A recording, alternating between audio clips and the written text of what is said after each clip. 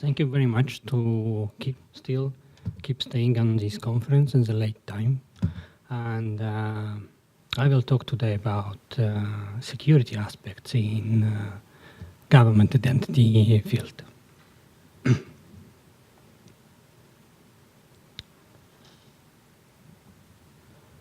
Then my presentation will be mainly focused on security threats in government ID, with a growing cyber crime, specifically targeting eID documents, security threats in eID environments, and also effective cyber security cultures, what we have to cultivate to prevent them. As you see in a lot of presentation already, the cybercrime is growing really very rapidly. And it's actually already in global trade higher than marijuana, cocaine, or heroin combined. So it's basically a very huge industry. And why we are so successful, let's put it that way, because we still see quite reluctant approach on cyber risks. And what negative effects do we face in these cases? It's, first of all, is the national economy going to suffer, and the welfare of the citizens as well. And a strong ID or a strong identity document is actually just the starting point to secure all of the government services to drive the economic growth.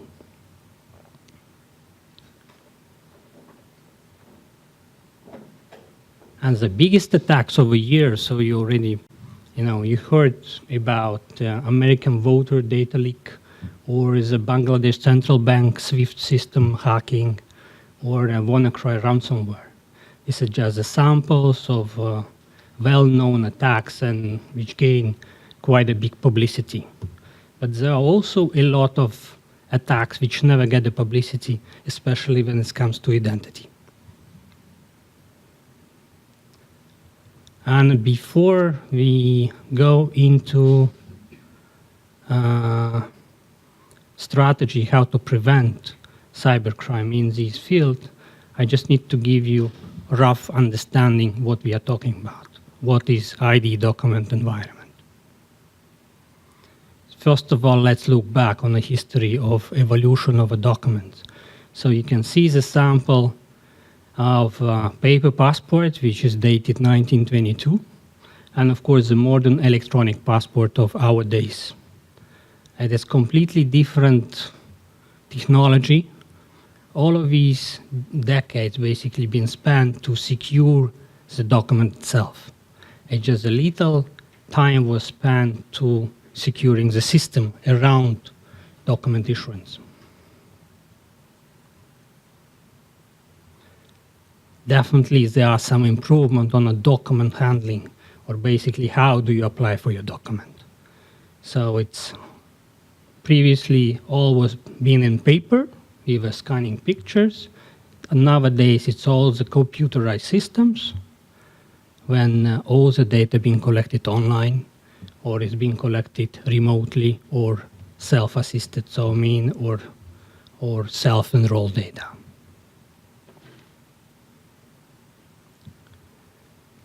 And what do we understand on the electronic document? So basically, this is all government official documents issued by government or federal states.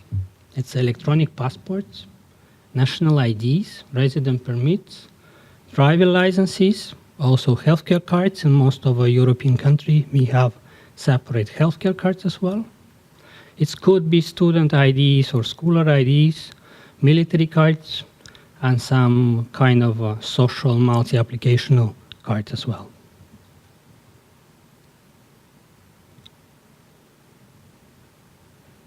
And just to give you a rough understanding on the components what the usual document, modern secure document contain of, it's a booklet cover, so basically it's a book itself.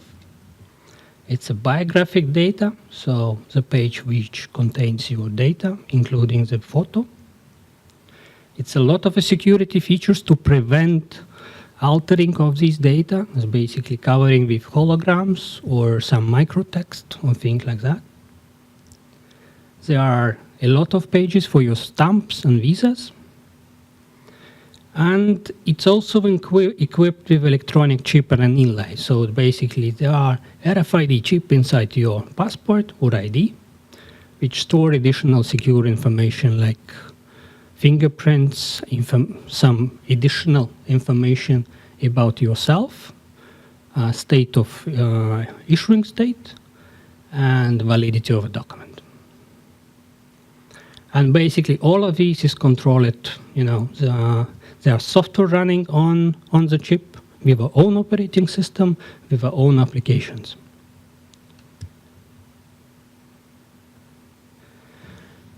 And to understand how basically governments or healthcare organizations are different from other entities, telecom or banking, and just by looking on the security maturity in industry verticals, you will see probably the same result as telecom or the financial services. So governments, even being well organized, well structured with all of these secure agencies and so on, we are not so ahead of other industries in terms of security awareness or maturity.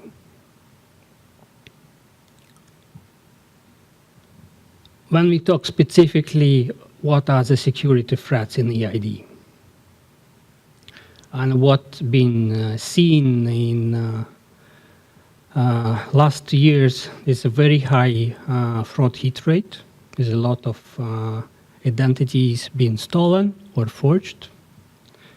There's about 15 million victims just in US. And an average financial loss per identity is about $5,000. So looking on average of a cost per stolen record in the different segments, you can see there's a different numbers in the healthcare, financial, technology, and the public sector. But as you know, we are not much interacting with government yet remotely. So, and in the future, governments will open up more doors for us to interact with the government services, and it means all of these services will be under the risk of being hacked or being used by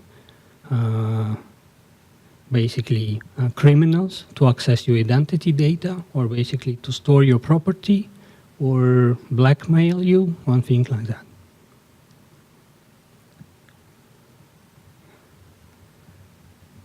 There are some classical security threats in eID. I will try to show you up. So basically, the fraudsters usually tries to obtain the genius document by introducing the fake breeder documents, like birth certificate or something like that.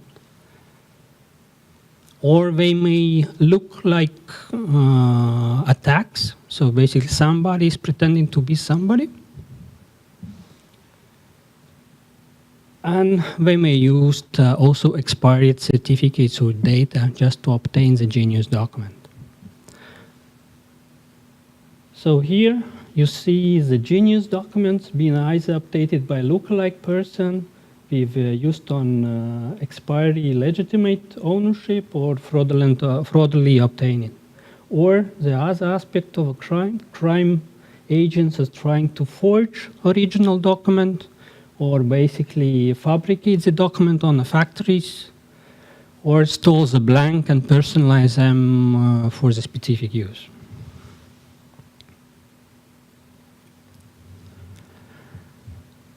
The process of ID document issuance is quite complex, and a lot of infrastructures are involved, and all of them are vulnerable to the growing threats of a cyber attack. So just to mention some of them, the systems which collect the data from the applicants. So for you, usually you may go either to consulate or embassy or inside the country to the passport office. All of these systems being centrally collected. We have a lot of devices around, and this is a quite vulnerable infrastructure for the attacker to access or basically push fake data into the system. Let's back it. And the border control systems as well. As soon as we start moving from country to country, crossing the border, all the information about us is being tracked on so-called entry-exit and being shared, and as well as could be used as a source of information to use afterwards for committing crimes. The same police today also equipped with access to different systems and also to valuable information in regards of identity or a driver license document. And basically, when we talk now about identity, we should also focus on devices, what we carry on. So basically, we are living now in an era of Internet of Things. So all what we carry on is how to say, 25 billion of devices planned to be according to some, in let's say 5 years from now.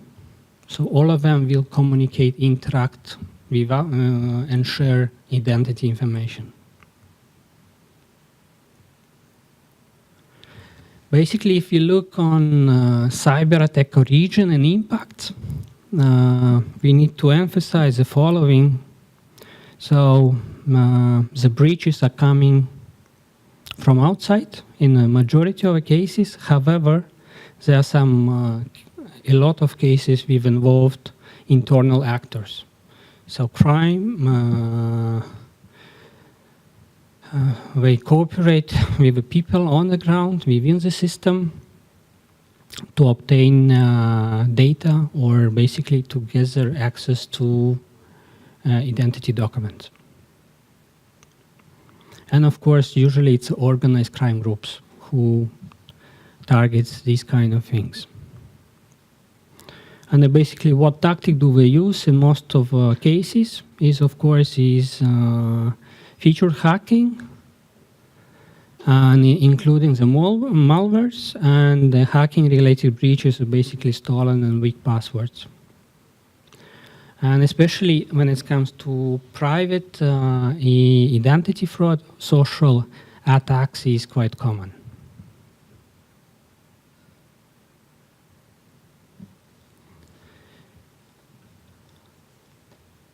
When we talk about cyber attack in eID, basically the access to the personal data like social security numbers, date of birth, passwords, bank accounts, employee information give ability for the fraudsters to create fraudulent transaction. Basically to create a false loan application, fraudulent transfers, credit card transfers, so really creating some financial losses for individual as well. However, this information also was used in illegitimate border crossing, falsification of some records, money laundering, corruption, terrorism, and organized crime. Just to give you an example, in 2010, the Irish government found out was a Hamas Palestinian leader was killed in Dubai by Israeli forces, and they used forged Irish passport. The same case was similar in US, when we find out the Russian spy was using the same Irish passport to get into and commit investigation on them. So even in a government-to-government relationship as well has been also quite a sensitive topic, let's say.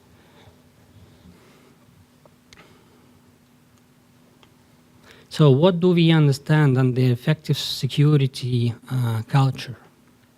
And we all know what we have to focus on: prevention, detection, and mitigation. And specifically in eID field, we face the certain internal factors, which is quite difficult to breach. So basically, the government likes to have a long-term agreement with the suppliers. When basically under agreement, there's nothing being changed. The system may stay very, very static. It's closed-loop solutions as well. And it's slow technology progress, has to be approved by all of the stakeholders, like different countries, members of different committees, to accept the new technology. So they could be very late on adoption of the new technologies. And of course, it's a bureaucratic decision-making. So all of these aspects is really affecting, would you be able to be effective on the cybersecurity strategy or not?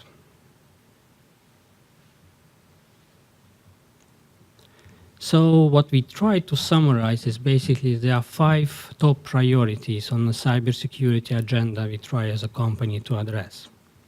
It's the separation of the security and IT departments, security awareness and training among personnel and security staff, risk analysis and risk mitigation, and definitely as well investing in the new technologies. That's this is the main driver of improving the security or the security environment for identity documents. When it comes to eID specifically, the more advanced document production platforms and document inspection system is needed as per today. And travel document with more sophisticated security features also is also evolving, of course. And I need to say the majority of the security aspect is being seen just from this part. So everybody's just focused on the physical security. We don't really put a lot of attention on logical security. Reliable remote user authentication on e-government services, e-commerce and banking portals. So you see a lot of initiatives like strong authentication coming from Payment System Directive or any other regulation coming from European Union. It's also enhanced identity management infrastructure. It's including the biometric and population register. Still, there's a lot of countries which is lacking the centralized management. So your personal data may stay in your village where you're born actually, and no centralized database being maintained. And of course, it's a share principles and standards, because as being global organizations, we have to share the information because of a freedom of movement.